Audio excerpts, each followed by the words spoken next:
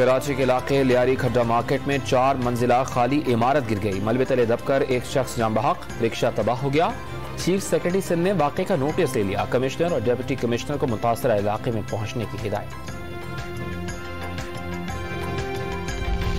Monsoon का एक और मजबूत सिस्टम कल मुल्क भर में दाखिल होने का इम्कान। कराची, ठट्टा, बदीन और मीरपुर खास में 18 जुलाई तक मूसलाधार बारिशों की पेशगोई।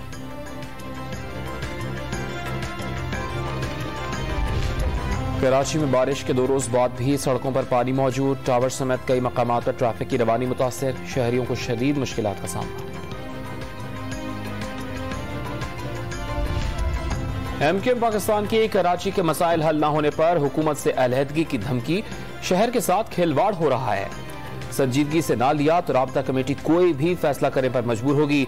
साबिक मेयर कराची वसीम अख्तर का इंतबाह।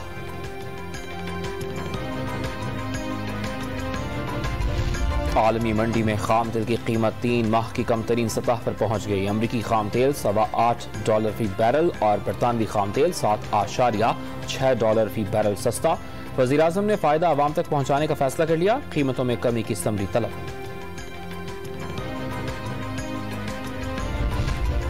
पाकिस्तानी सफीर मसूद खान की वाशिंगटन में chairman armed services committee senator Jack Reed से मुलाकात। दोनों रहनुमाओं का मुल्क की माशी और सियासी मैदान में बाहमी इश्तराक जारी रखने का फैसला। मुल्क में कोरोना वबा से मजीद 236 अफराद मुतासिर। 24 घंटे के दौरान कोरोना टेस्ट की मुस्बत शरह 1.55% रही। पाकिस्तानियों के लिए हज इंतजामात में बदनज़मी। मकातिब में गैर कानूनी तौर पर पाकिस्तानियों को ठहराया गया। हुज्जाज को पानी की फराहमी के मुआहदे पर अमल दरामद भी न कराया जा सका।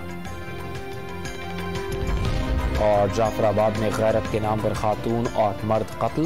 औस्ता मोहम्मद ने शोहर ने मुबैना तौर पर बीवी और नौजवान की जान ले ली।